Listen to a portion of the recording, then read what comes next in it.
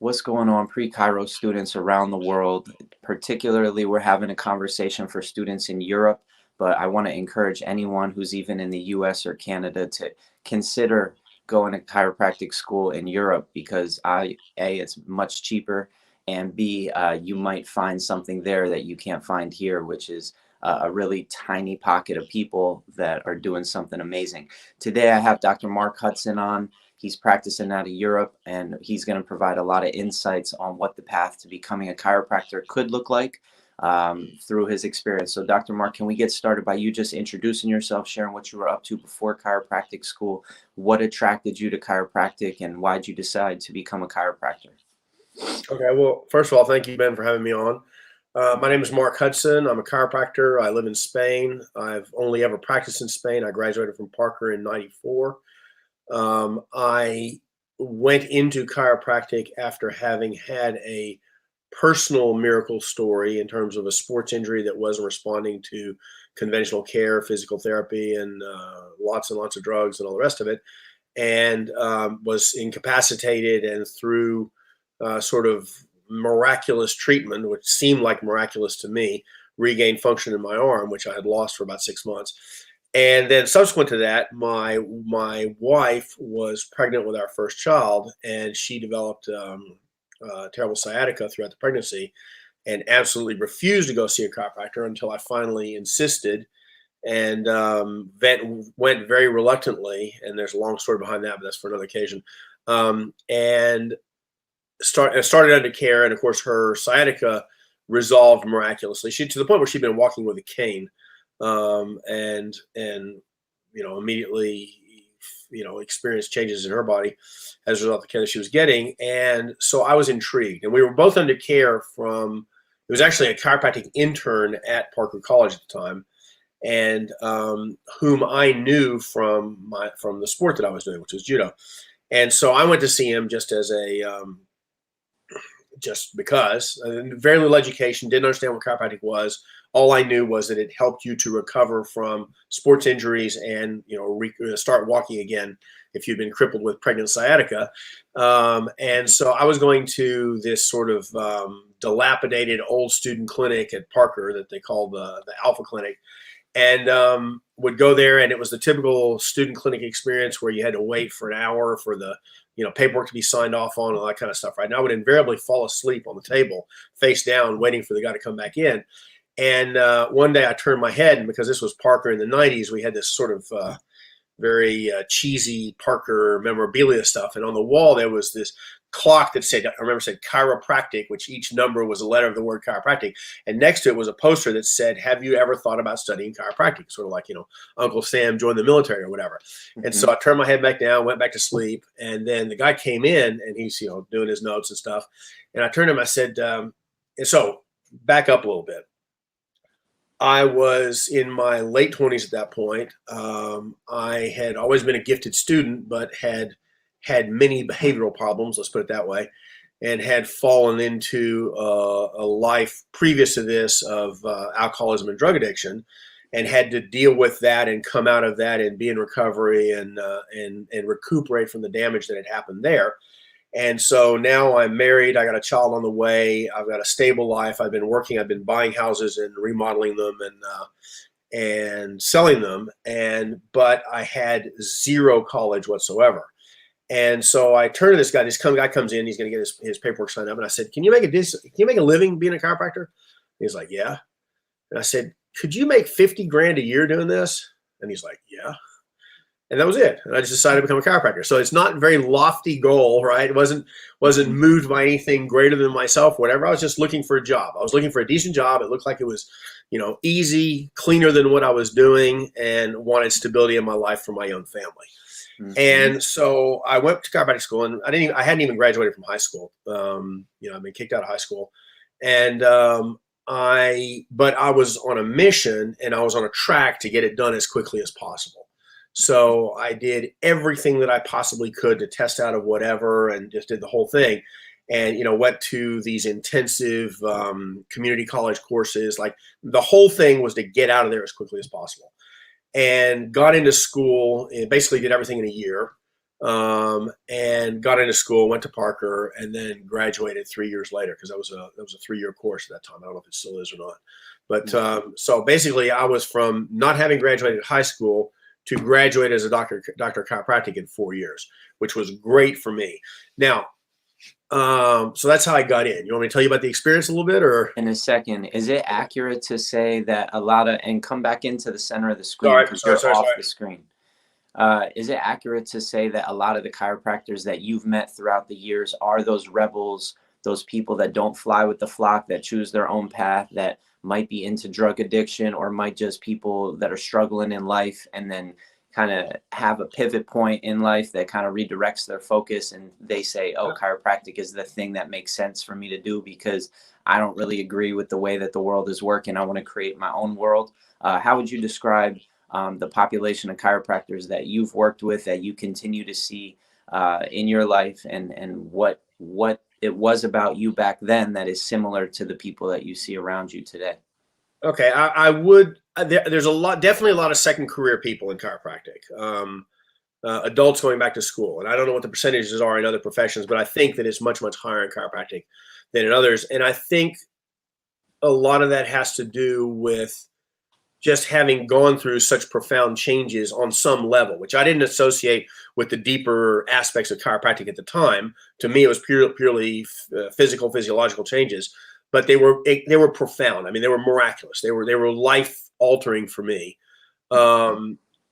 So I think that inspires people. Having said that, there's also a ton of people in chiropractic who are the children of chiropractors, who go from a very early age straight into chiropractic, and we're seeing more and more young people just choosing it as straight out of high school, college, that way. In terms of people being as damaged or having had such chaotic lives as I had, no, I don't think that's common, just because I don't think that's that common in society. I mean, I came from a really, really low place. Very rebels, yes. Rebels, yes. I would definitely agree with that. But yeah. So I don't know if that answers your question. So yeah, so transition us into chiropractic school back in the day. What did you get gravitated towards? What did you get attracted to? Who'd you hang out with, or who are some of your mentors that shaped you into the person that you've become? Okay, so I was very fortunate in that there was a chiropractic school in the city that I was living in. I was living in Dallas, and Parker was there. And if that hadn't been the case, I wouldn't have gone to school, because I was looking for something that I could do right there. So I continued to work through school, through the prereqs and through school. And my life at the time was competing in judo. I mean, that was my passion. It was my obsession. It was everything about me was that, and had been for many years prior to that. So when I first got sober for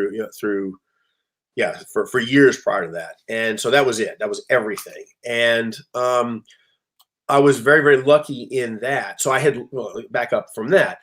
In high school, I moved to Northern California from Europe in my teenage years.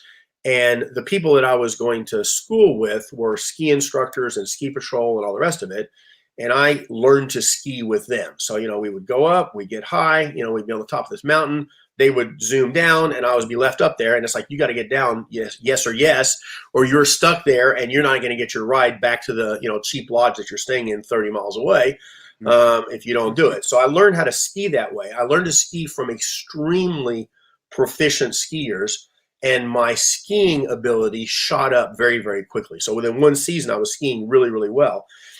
And that became the pattern for me in my life of the way I learned things.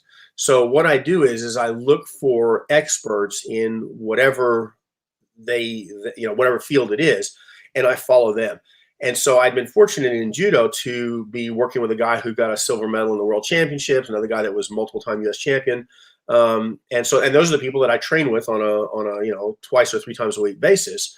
And so that's the level that you compare yourself to.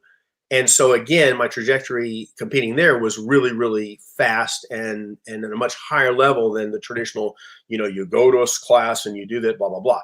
Right. So when I went to chiropractic school, and I'd done the same thing, I was self-taught. Sorry, I'm moving on to your picture again. I've got this weird, okay, sorry.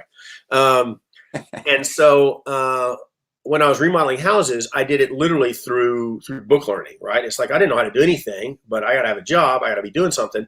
And so I go to the library and I would voraciously consume whatever materials I can find and learn how to wire a house or plumb a house or be a carpenter or whatever. And so when I went to chiropractic school, I recognized that most of my teachers were not proficient in the actual practice of chiropractic. They were fresh out of school, newbies, some of them recycled, non-successful practitioners. And I think it was particularly aggravated at the time where I was, because Jim Parker was very, very disrespectful to his teaching staff. And so the morale was very, very low. But what I saw there were people who were not good at what they were doing. And so I immediately had zero respect. Like, oh, this is so weird, this mirror image. Sorry about that. I had no respect for the people who were teaching me. And I just checked out. Like, I hated school. I lived in Dallas. I would go there. And I once heard a friend of mine, Joe Dispenza, who went to school at Life, and he said that he made a resolution right at the very beginning that he would pay absolute, complete, focused attention to his teachers and never have to study outside of class. Which, when I heard that years later, I thought, well, what a brilliant strategy, right? Because I would go there and I would put headphones on to not have to listen to the teachers because I disrespected them so much, and I would fall asleep or do whatever it is that I was doing.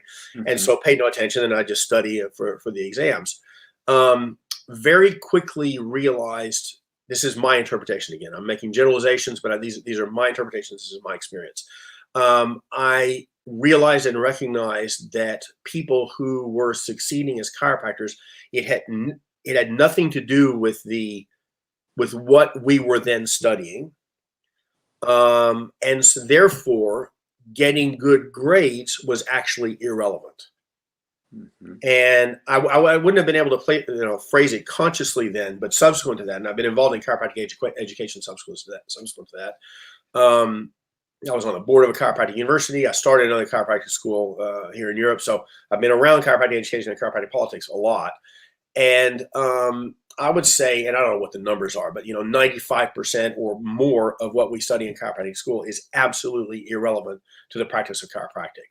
That literally all we're doing is putting in the time and getting the piece of paper at the end. Now, that doesn't change the fact that I think it's the most wonderful profession in the world. It opens up with the transformation that we can create in our communities, in ourselves, and the people that we're adjusting is absolutely wonderful. I am blessed to be a chiropractor. I love every second of practice, but I didn't learn that in chiropractic school.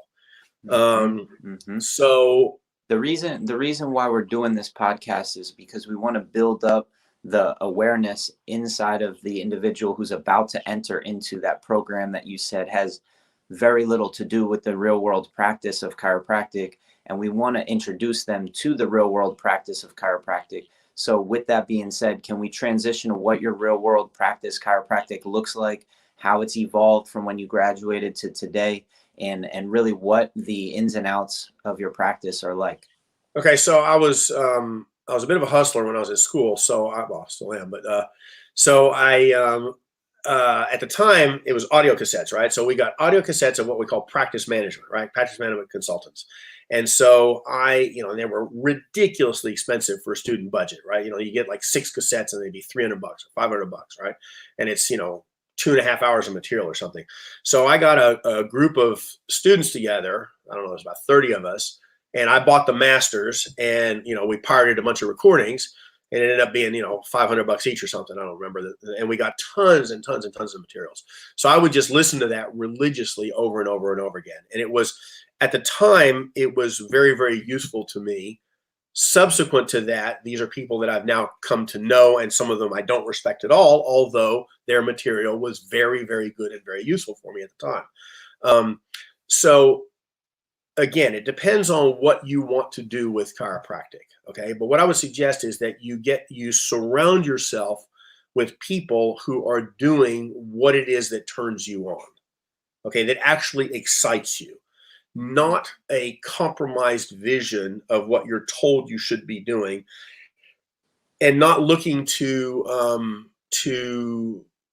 seek acceptance from a larger group. In other words, if you are that rebel, if you are that person who's seeking, something greater. And for me, I was always driven to human rights causes, natural ecology, civil rights. Those are the things that impassion me, that make me cry, that make me, that inspire me to do something outside of myself.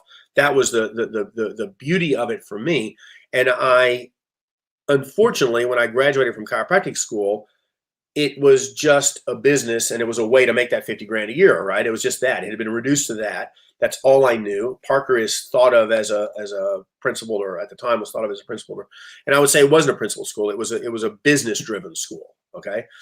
And so I was fortunate in that, I took an associate job with someone, which turned into an absolute disaster. That was in Spain. I'd met the guy at a conference. He offered me a job. I came over first and started working. And as soon as my wife met the guy, she's like, "This guy's a psycho. Why'd you take the job?" And it's like, well, looks like, money. We need to make some money, right? We're broke. We're 250 grand in debt. And what are we going to do? And unfortunately, you copy. So not only is school important, but first job experiences are vitally important as well, because you will tend to copy the model that you start to learn. And I was copying a sort of emotion palpation model. It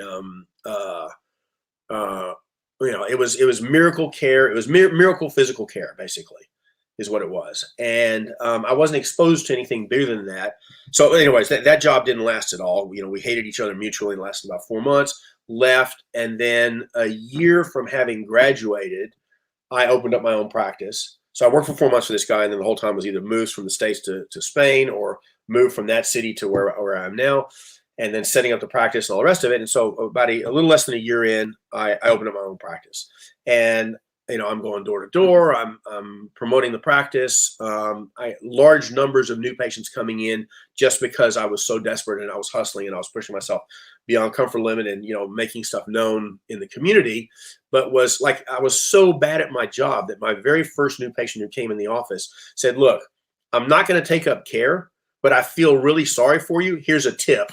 Right? So the guy actually tried to give me a tip, right? like it was pathetic. But anyway, getting these new people in, and not great at my job. And about 2 years in, I'm seeing enough people for the family to afford to go back to the United States on a holiday to visit family there. And when I go there, I was fortunate to go to a seminar that absolutely blew me away, that had been described as a room full of people who would lie down in front of a bus for chiropractic. And I had no idea. That didn't mean anything to me. I didn't understand it. And I went and I saw, giants of our profession, many of them unknown to publics outside of that particular circle. Although Sid Williams is known by everybody, but giants of the profession who were. The thing that was different for me is that there was this whole range of different personality and lifestyle types coming together under the same banner. So I'll go from, and I apologize, and I don't mean to offend anybody, but, going from sort of right-wing, ultra-Christian to dreadlock, Birkenstock, crunchy granola wearing network practitioners, right? So this huge extreme of people in the same room, being absolutely comfortable with themselves and ascribing their success to following the principles that had been taught by this particular mentor, and then just copying the behaviors of the people who were succeeding in practice. And my light bulb went off, and this is what I wanted, because I had not been free and genuine in practice up to that point. I had been what I'd call playing doctor. And these were people who were playing by different rules. And there were some who were ultra professional, and, some who weren't. And, there was room under the tent for all these people. There was a level of success that was so far beyond anything I'd ever even seen of or heard of, that it just blew me away. Mm-hmm. Can you describe that level of success, that lasting purpose, some of those success principles, and how they translated into you building your practice to what it's become, and kind of that energy and how you stay connected to that lasting purpose? Okay. So how do you stay connected to the lasting purpose? For me, it's pervasive in everything. Okay. That it is a part of, and I say me, it's part of us, because my wife and I are a team. She's not a chiropractor. She's very much at least 50% of our journey.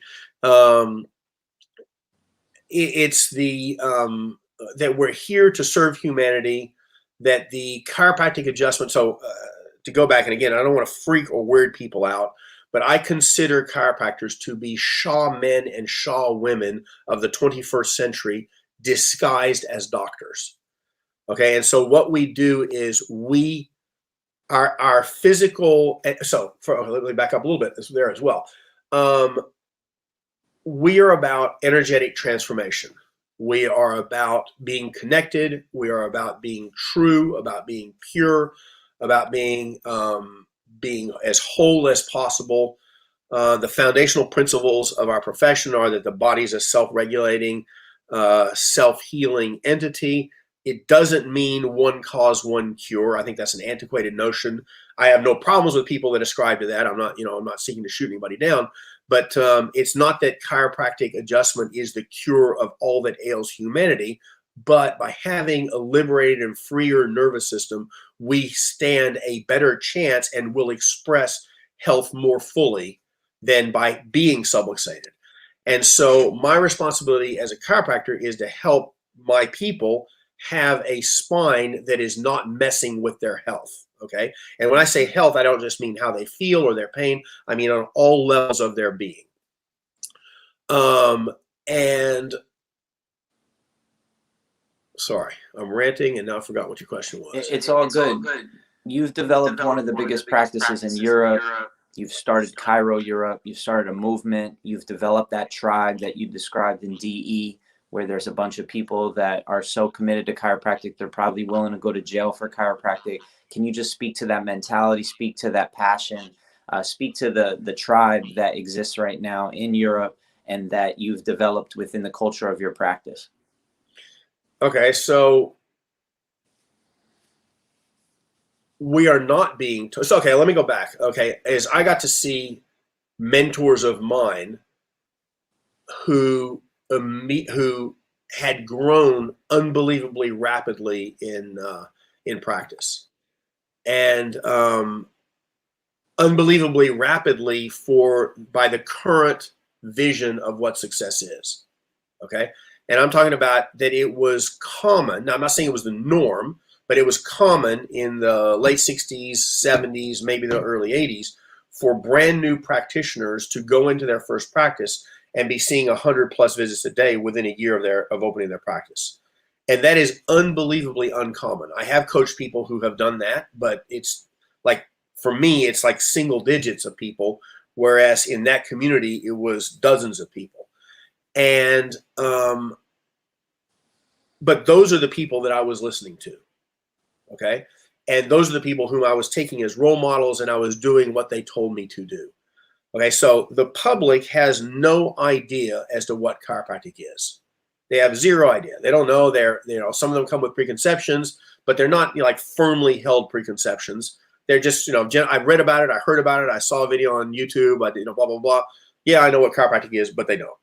And so it is our responsibility to educate them as to what it is that we do and the benefits that it has for them. Now, having said that, they've also had 10, 20, 50, 75 years of medical brainwashing that's gone into them that we're not going to undo for 99.99% of them with one lay lecture or health talk or orientation or whatever you want to call it.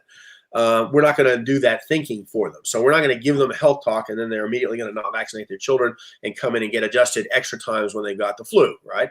That it needs to go deeper than that, and it needs to get, integrated into their being.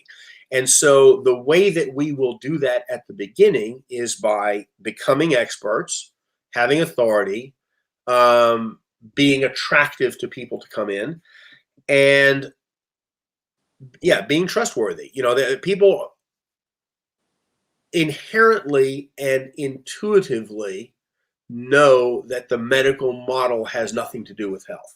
Okay. Mm-hmm. They've seen their parents and their grandparents go through the pill mill and the multiple operations and deteriorate into, failing health at the end of their lives. They've seen that. And they know that that's not, vibrant, that that's not vital, that that's not, and it's not exciting to them. It's not attractive to them. If you offer a room full of people, if I were able to guarantee you that you would live until 100, but you would have to spend the last 30 years of your life in the same level of health as your parents or grandparents, who signs up here? And almost nobody will, because they've all seen that negative curve. So they recognize that that's not that. So they're at least open to a different concept. And we have to position ourselves in a way that we make that available to them. Mm-hmm. So what is, now going back to what I said about shaman and shaw women, our society, our culture is not ready to accept a shaw man and a shaw woman, in a leopard skin loincloth with a bone through their nose. I guess it depends on which city you're in, but most places are not willing to accept that right now as their doctor, right? And so that's why I say we're disguised as doctors. We have this veil around us, but our core, and we need to remember that our core is that whatever it is, the service that you're providing. In my case, it's the chiropractic adjustment. Do I think that there are other avenues towards creating those transformational shifts in people? Absolutely. It happens through meditation. It happens through, acupuncture. It happens through whatever, be it, life-changing, whatever. And there's many, many, many different ways for those shifts to happen. But I know of nothing that is as profound, immediate, rapid, and reproducible as a chiropractic adjustment. Okay, so I'll go back to Harvey Lillard and D.D. Palmer. Is, he thrust on whatever segment you think it is, T2 or C1 or whatever it is that you think it is, right? And Harvey Lillard's hearing came back, right? And that sounds anecdotal, it sounds crazy. And and I've done this many times now from the front of the room in chiropractic seminars, conventions, where I'll ask a room full of 1,000 people, how many of you here have had somebody had their hearing restored as a result of the chiropractic adjustment? And there will be 5, 10, 20 people who will raise their hands. And eyesight changes and blood pressure changes and, immune deficiency diseases. And, and you can go deeper and deeper and deeper. And the ironic thing about asking that question is that it's usually the same 20 to 30 people raising their hands for all those things. Mm-hmm. Okay. Now you can say, oh, they're liars. That's all made up stuff, right?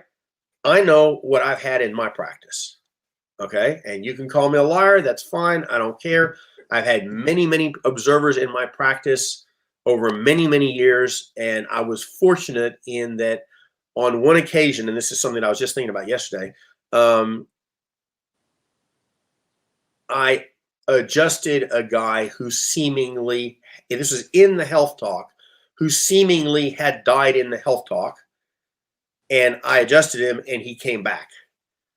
Okay. Now I had just come back from a chiropractic mission. We'd adjusted, literally like 4 days prior. I had 3 other chiropractors in the room with me that day observing my health talk because it shocked all of us. And afterwards, I asked the chiropractors who were there, I said, what happened? And my associate at the time said, he died, you adjusted him, and he came back to life. I'm like, yeah, that's what I thought happened. It was like that. I'm not taking any, and I was flamed all over social media for not having done mouth to mouth or whatever on this guy, right? And it literally was not part of my concept or reality or whatever. That's neither here nor there. But the point is that whilst there are these other ways of achieving that transformation, I know of nothing as rapid or as reproducible as that. And going back to D.D. Palmer, Harvey Lillard would still be deaf if D.D. had told him to do a paleo diet and swing kettlebells, right? Mm-hmm. That the chiropractic adjustment, the thrust there produces changes. And it produces changes reliably and reproducibly and miraculously over and over and over again. And now, what's the key element of that for me? The key element of that for me is the energy and conviction and intention that the practitioner brings to that act. Mm-hmm. Okay? Mm-hmm. So my responsibility as a practitioner is to get as clean as possible as much as possible, as frequently as possible, and to make my environment as vibrant as possible in that way. Mm-hmm. And to that end, I work short shifts. In other words, I want to be on the whole time. What we do takes great energy. The ironic thing is that I know people who are seeing, 20 visits a day, 100 visits a week, who are treating symptomatically, who are absolutely shattered at the end of the day. They're exhausted because they're in this mode of fixing people, and that just becomes all, it's just draining energetically. And I know people who are seeing 200 visits a day who are energized at the end of the day because it's a beautiful, energetic dance that's happening with someone else. And it's life affirming and enlivening and joyful. Mm-hmm. But it takes concentration and energy to be able to get there.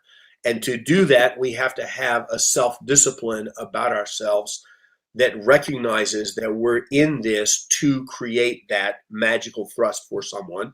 And the magical thrust is not necessarily on the first visit. It could be on the 51st visit. It's not that, but that we always need to be in that space where that is happening, where there's the potential for that to happen. And so it goes back to, daily meditation and preparation and visualization. You can go to Gonstead, be one with the bone. See it, set it, and then let it go, or, whatever your philosophy is. I'm not telling people how to think that way, but, it's like you need to be present. You need to be in Syntropy, those guys that talks about, I don't know what they call it. I don't know. But anyway, it's like you're there, you're present, you're receptive of what's going on. You find a place of ease, you thrust into that place of ease, and then you leave it alone. Mm-hmm. Yeah, you seem like someone who doesn't mix words, and you're not bullshitting anybody.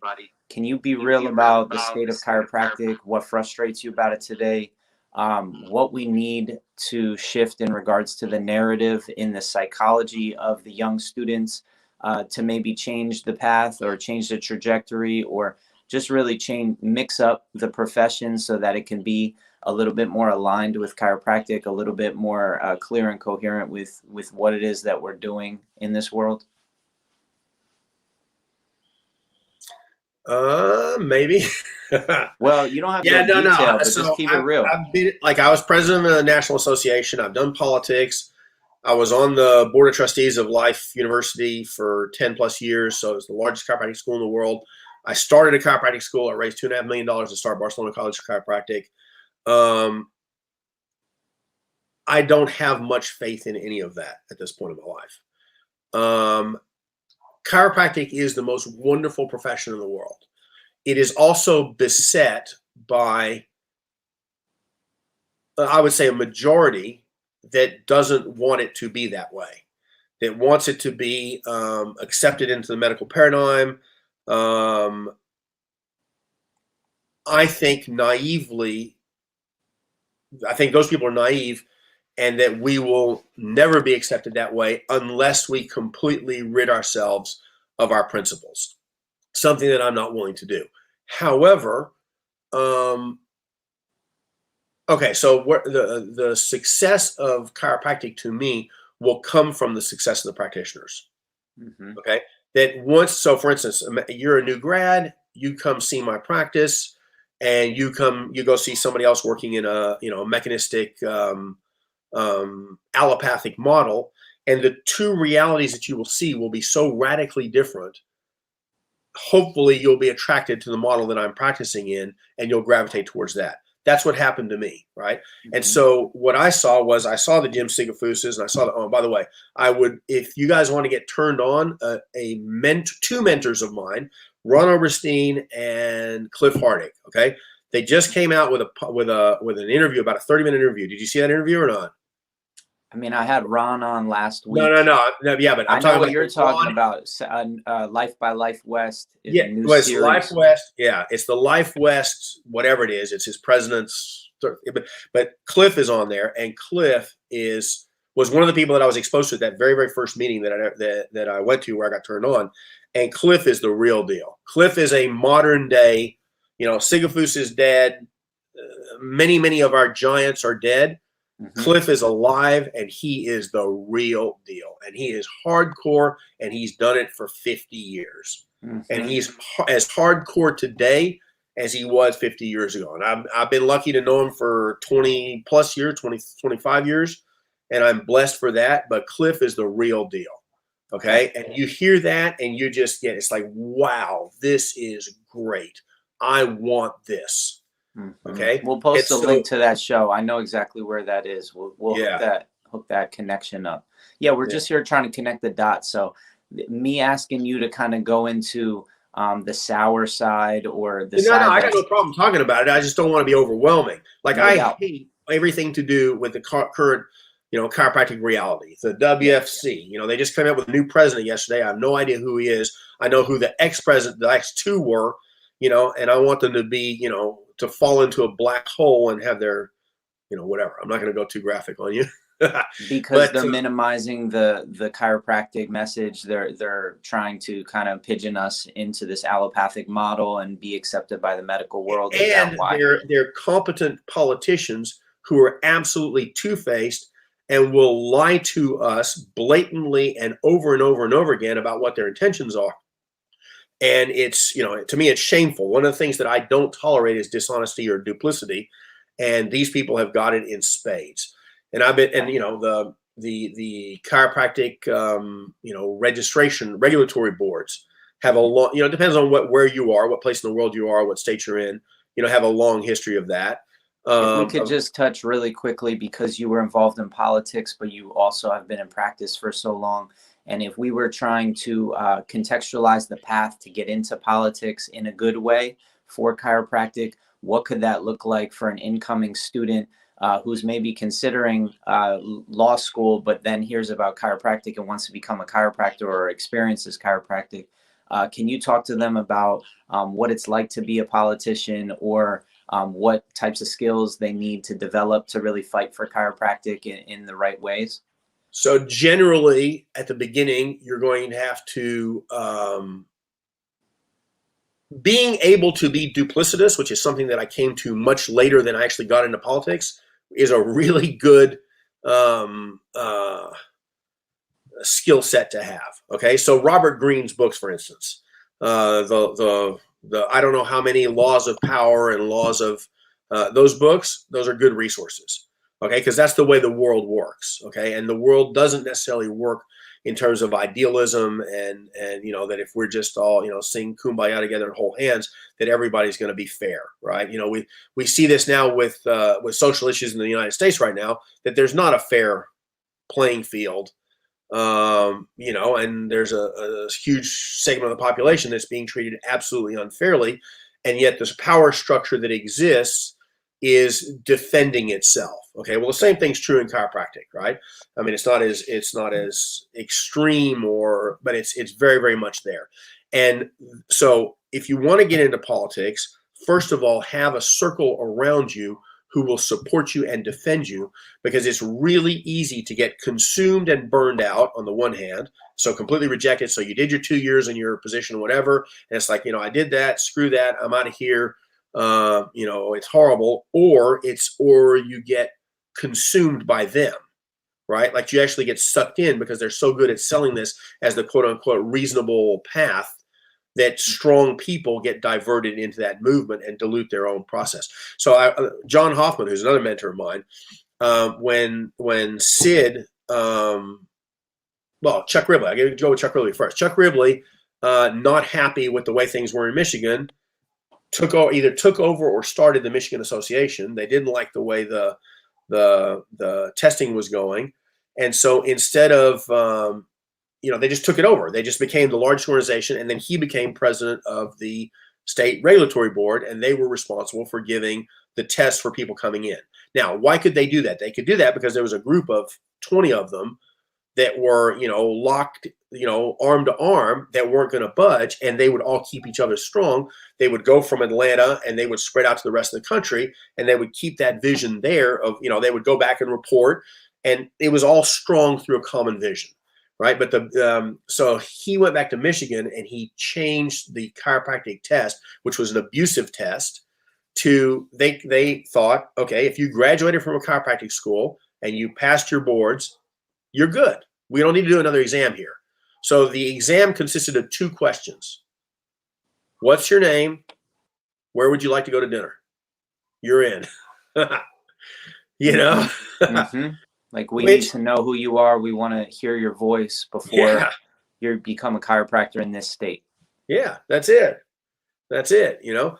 And so going back to John Hoffman, when John Hoffman was a brilliant politician, was life's representative to the CCE. And when he first went on to the CCE, the votes were 8-1 against life. It's an institutional representation. So on that board, there was 8 votes against, and then John representing life was the 1 vote. Now, John was a prolific imbiber, good at the bar. I learned lots of stuff listening to him and Jimmy Gregg talking at the bar. Even though I don't drink, I was just sitting back there, just listening to what they were saying. Too shy to ask questions, but you know, the wisdom was coming. Well, so John would camp out at the bar at CCE afterwards and work on the rest of the CCE board, human to human. And by the time he left there, the votes were 5-4 in favor of life, or favor of the vitalistic end of the spectrum, right? So it's a long game. It's a, you know, okay. The other thing that I've seen through chiropractic politics is students coming out of school who were, you know, I was on the WCCS and blah, blah, blah. And they think they're going to change the world. And pardon my French, they don't know their ass from a hole in the ground. They don't have any experience in anything. And yet, because of this history, they think they know everything, right? So the very, very first thing in the priority would be for me is to learn your skill and craft and become a successful chiropractor. Once you are a successful chiropractor, once you've got skin in the game, once you're producing results, once you understand our principles, then you have time and energy and money to devote to other things. Because if you are depending on, for instance, chiropractic politics to make your living, you're going to be low paid and not served for anything. Okay? Mm-hmm. And you're going to be dependent on whoever's signing your checks. Mm-hmm. If you can afford to go, and I'll give you another example of another mentor of mine, who's Gary Walsman, who was previously president of the ICA, who ran, I think it was New Hampshire, for many, many years. He and his wife were both chiropractors, and she would drive hours to the state legislature several times a week and adjust most of the politicians, including the governor. And that was a way of getting pro-chiropractic laws enacted in New Hampshire.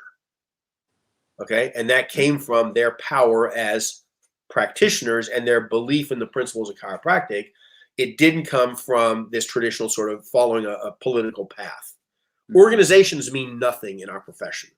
Mm-hmm. Okay, our profession is driven by leaders, right? And if you look at the leaders who have done stuff, you know, you've got the Sids, you've got the Jimmy Parkers, you've got Reggie, you've got those. They weren't climbing a political path.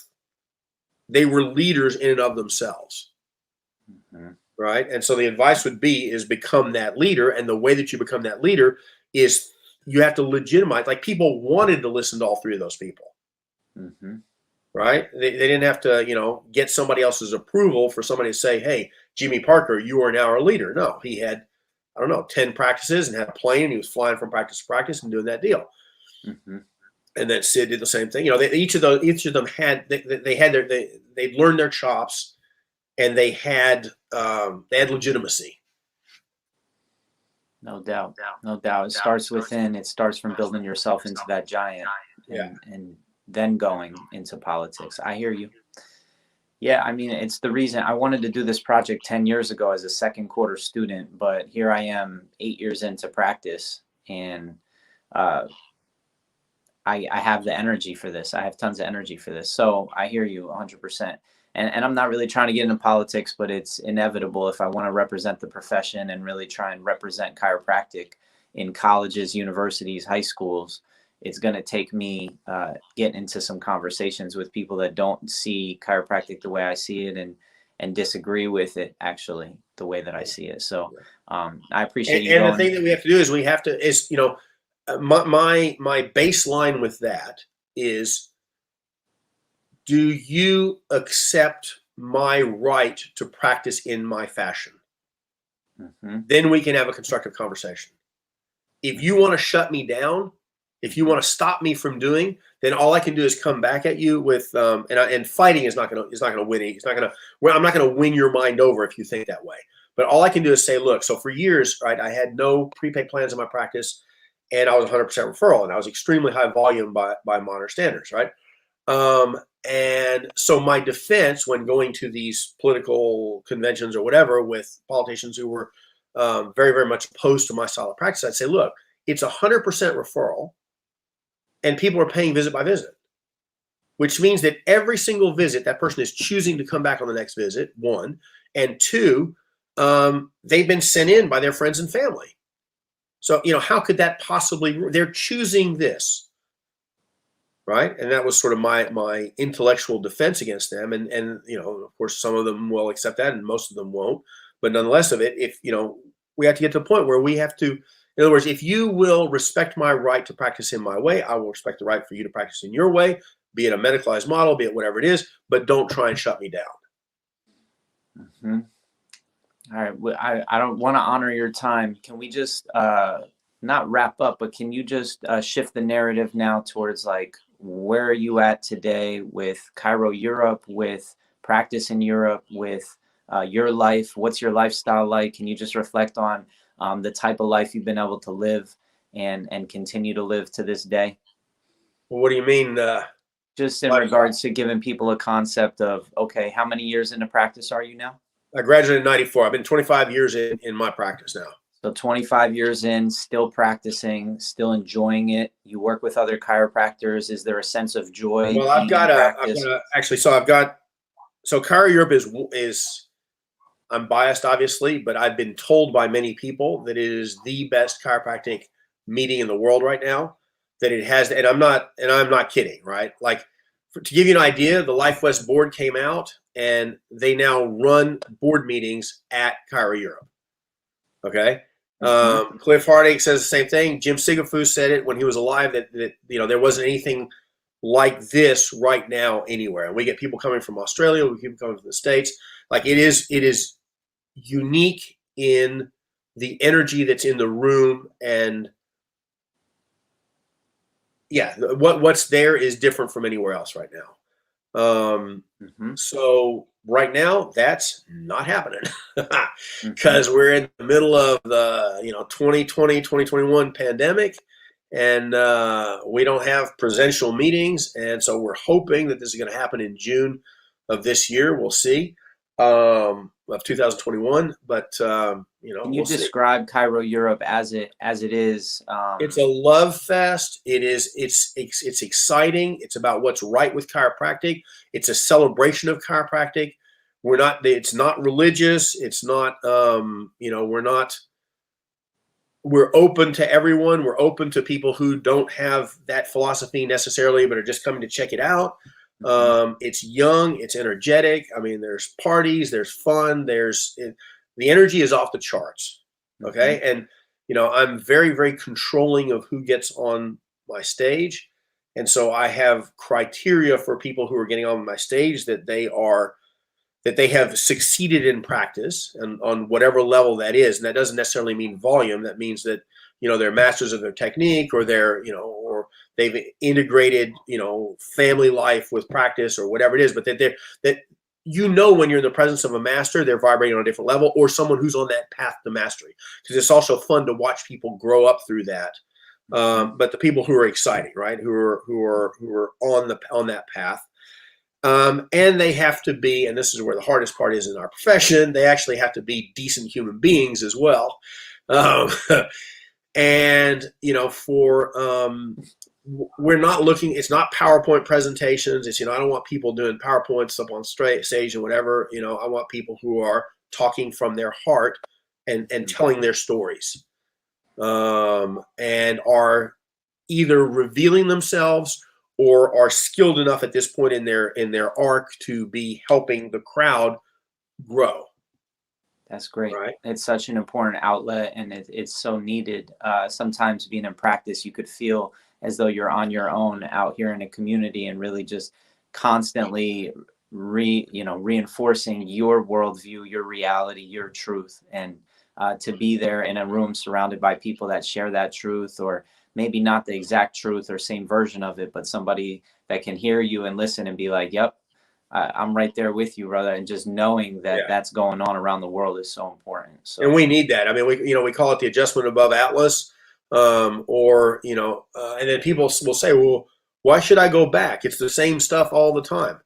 And I will analogize that to, for instance, going to church, right? If mhm. you go to church, if you're a religious person, whatever your religion may be, it's like they're going to talk about the same stuff every week. It's like, yeah, Mhm. you go there because that's part of what you do. That's the community. And the rest of the world is not steeped in our principles the way that we are. And like you say, it's very, very easy for that to become diluted over time. And so Mhm. we've got Chiro Europe that's twice a year, typically in April and in October. Although this year it's June because we didn't think that April was going to be soon enough for things to be open back up again. So I'm doing that, but I'm also so about 2-3 years ago, my wife and I became partners in a group of clinics in the UK, England, and so we've got which is a really interesting has been a really interesting episode in our lives, right? Because I know practice, I've done associate practice, hadn't necessarily done it well, but I'd done it and been interestingly successful, but also at huge, great emotional cost and all the rest of it. But so we became partners in this chain of clinics. So we got 7 clinics, and we got now 23 docs working with us, and we've been doing that, and that's really, really, really interesting. And it's seeing the changes that people go through and moving from doubtful and lost and not knowing how to be a chiropractor to becoming grounded in the principles and strong in their practice. And that's where our future lies. I am convinced. I am absolutely convinced. And I'm not saying the future lies in a chain of clinics. I'm saying the future lies in our success, Mhm. right? That without that, we are nothing. We are easily discarded. We are easily, swept aside. Mhm. But if you've got 10, 20, 50 people with skin in the game who know what they're doing, who are becoming attractive to the youth, and I commend you for this podcast interview, whatever it is. I never even thought of it, right? Like you're reaching an audience that and I told my wife about this the other day. It's like he's doing stuff for people going into chiropractic school, right? And there's so much emphasis on new grads out of chiropractic school or whatever. So kudos to you for being very, very clever of getting to people at the correct time. If I can say anything, it's surround yourself with people who inspire you and follow their path. And don't surround yourself with people who suck. Just because they're your friends, if they suck, they're going to suck you down with them, and that's going to be your level of performance. Mhm. Surround yourselves with people who are hungry like you, who are inspiring, who are whatever.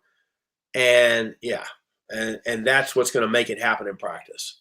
Thank you. I appreciate the message. I appreciate the energy that you have and the work that you're doing is really important. And I think any prospective student out there, whether you're in the UK, whether you're in Spain, parts of Europe, or here in the US or Canada, you can take away from this conversation that you need to build yourself. You need to start within, get successful in practice, and then worry about the rest, whether it's research, politics, anything additional, teaching.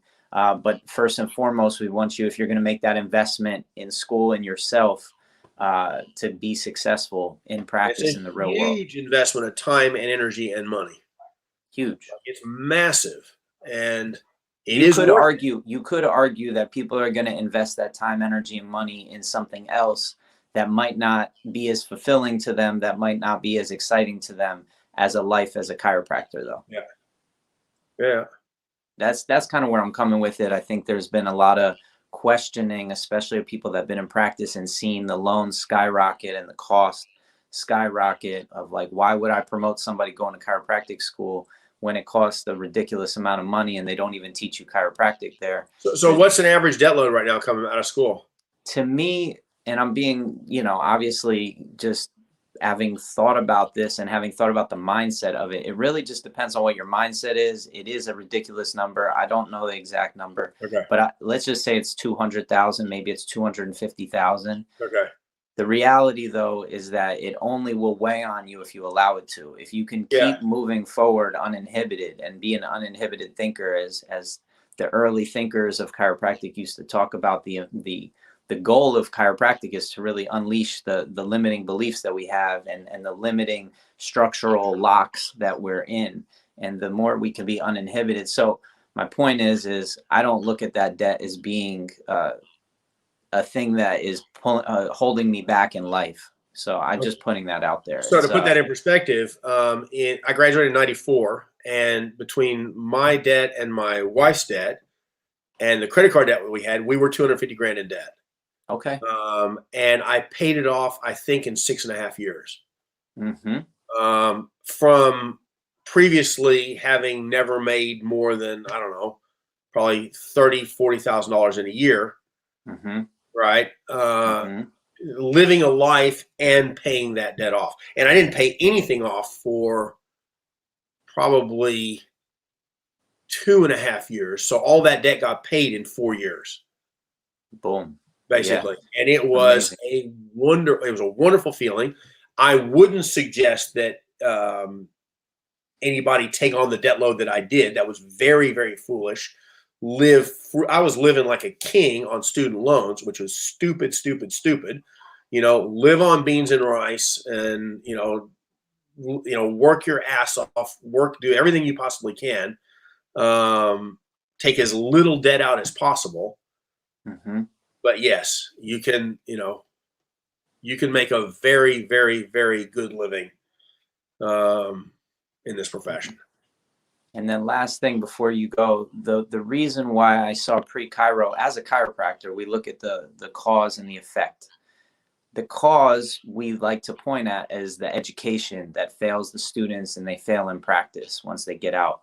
But to me, the cause was the pre-chiro students being forgotten about, that they needed the accurate perception of what it was that they were going to train themselves in, what those skills were, what the outcome objectives of becoming a chiropractor even are in regards to your skills, your understanding. So a lot of the times when I interview students on this podcast, they say, it wasn't until I got out of school that I even heard about the philosophy. Right. And I just think that that's a failing education system, and not to focus on the effect, but to focus on the cause, which is these people, before they get to chiropractic school, are they studying the philosophy? Do they know what it even is? And if they have common shared experiences, it doesn't matter which school they go to, they're going to be able to differentiate chiropractic from non-chiropractic. Yeah. So just to expand on that a little bit, those people who were graduating in the 60s through 80s, who were having that meteoric rise in their practice, we talk about studying the philosophy of chiropractic. That sounds heavy, and it sounds like it's more studying of the same studying that you're doing in school. And it is not that at all. It is just being around people who are talking about the same things that you want to talk about, that are exciting to you. And when you see, if that idiot can do it, I can do it, right? When you see it that way, it completely demystifies it, and it doesn't turn it into, chiropractors or students come see me now. I've been 25 years of practice, right? So it's a completely different experience from if 3 of them are together from the very, very beginning, and they know what it is that they want to do, the outcomes that they want to produce, then it becomes a much easier path for them to copy each other and push each other. But going back to the fact that when you go into school, you'll get, probably a philosophy, depending on what kind of school you go to, but you'll get some sort of philosophy talk in your first course in school, and it'll be some old man or, who's giving you this, sort of history class. And that's, for a lot of people, that's their first exposure to it at all.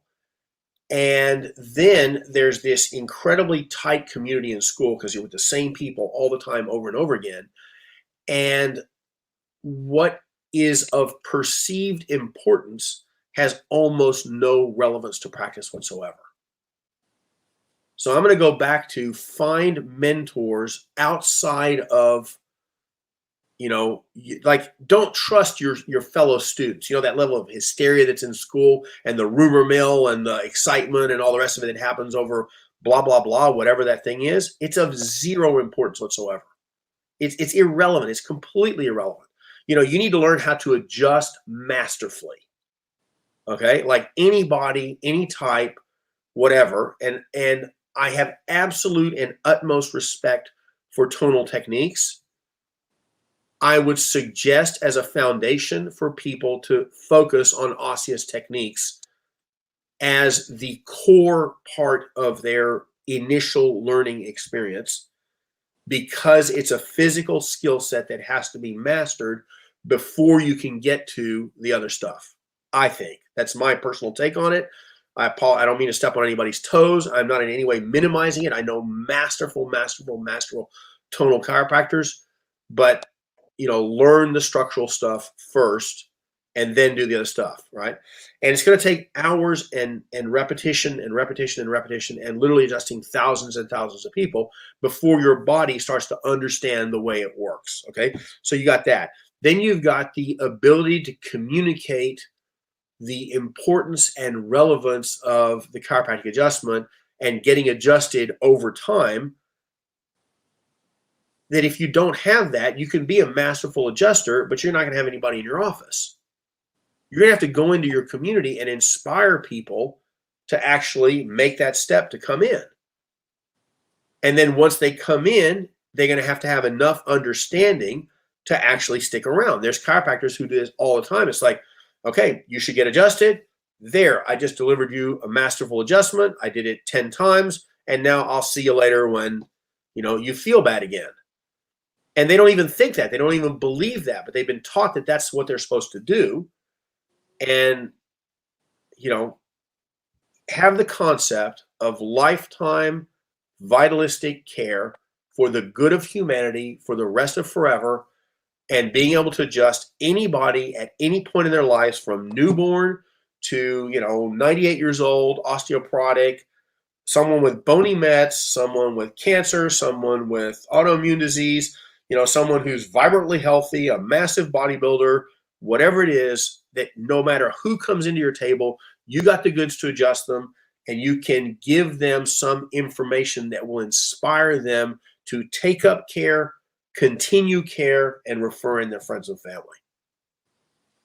Well said. Appreciate your energy, man. I was waiting for you to just deliver it right like that. And I appreciate your clarity in how you break down the importance of just being able to communicate effectively, because obviously you've honed your craft throughout the years. You're a great living example and you embody it. So thank you for your dedication to building yourself up to who you become, and how many people you've impacted now, not just in the profession, but in your community.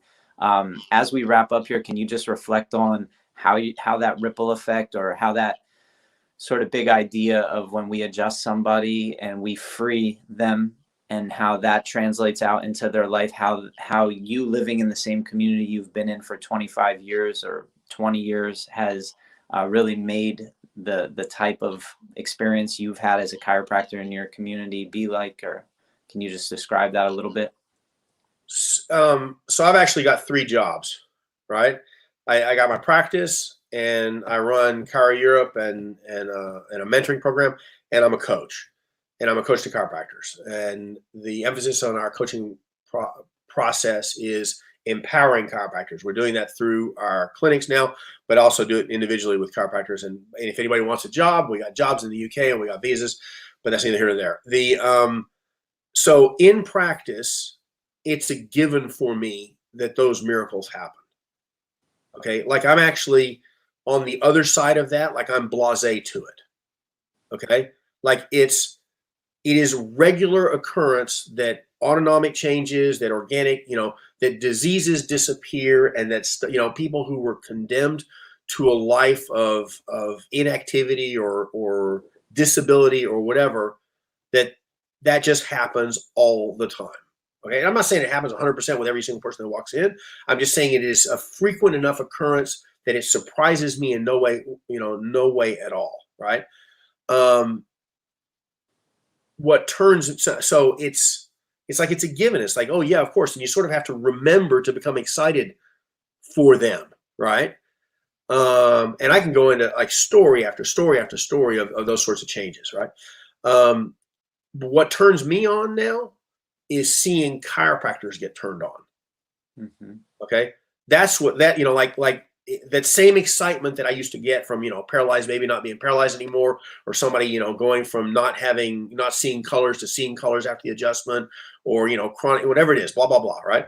Um, that excitement, it's like when you see a chiropractor who goes from struggling, not being able to make ends meet, lost, and you see them step into their power and and it's not about teaching them the right stuff. It's about them transforming and that power coming into them, Mhm. right? Mhm. And that is just wonderful. That's what makes me cry now. Mhm. And again, going back to the student experience, like you'll see students coming through that process, and they're doing I got the power, I got the power, I know it, I know it, I know it. And it's like, yes, you may know more than your fellow students, but until it gets into practice and translates into something concrete, it's all talk, Mhm. Mhm. right? Mhm. Which is great. You're way ahead of the game, but you got to make that step into something concrete. Okay. And when that, and so Sid used to talk about, he'd be looking at people. And of course, there's people that he's, had at his meetings for 20 plus years, right? Who have literally donated thousands of dollars to him, or, Life Foundation or whatever. And he'd be like, boy, I know you, boy. Don't I know you? It's like, yeah, I've been coming here for 20 years. Right. And it's like, he's like, something's different about you. He's like, before you were a boy, now you're a man. And that's, anecdotal, stupid accent stuff. But that's the difference, is you see that happen in people. Some of them after 10 years, they've been in practice for 10 years, and then it's different. And then they've got the power. When they got that, then all we have to do is work on not getting it perverted in our own brains, not becoming about us, driven by ego, money, power, whatever it is, that we stay tuned to the principle. That's another part of the process. But just that process of realizing that you are a Shaw man or Shaw woman, that you have access to this level of connection, and that you can reliably and reproducibly deliver it. Wow, that is far out. I want to thank you for your time, man. I really appreciate it. I appreciate your message. It's so valuable to a high school or college student to really hear from people like you, and that's what I do this for. I really just want to carry that lineage, recognizing that a lot of the greats are phasing out of their seminar speaker. They're not getting on planes and flying around the world to share the message and share the principle of chiropractic, but that we can connect so beautifully right here from Spain to California, and that message come through clear and be felt. I think that you could really feel the message. So Well, thank thank you you. so And much. yeah, absolutely. I appreciate you.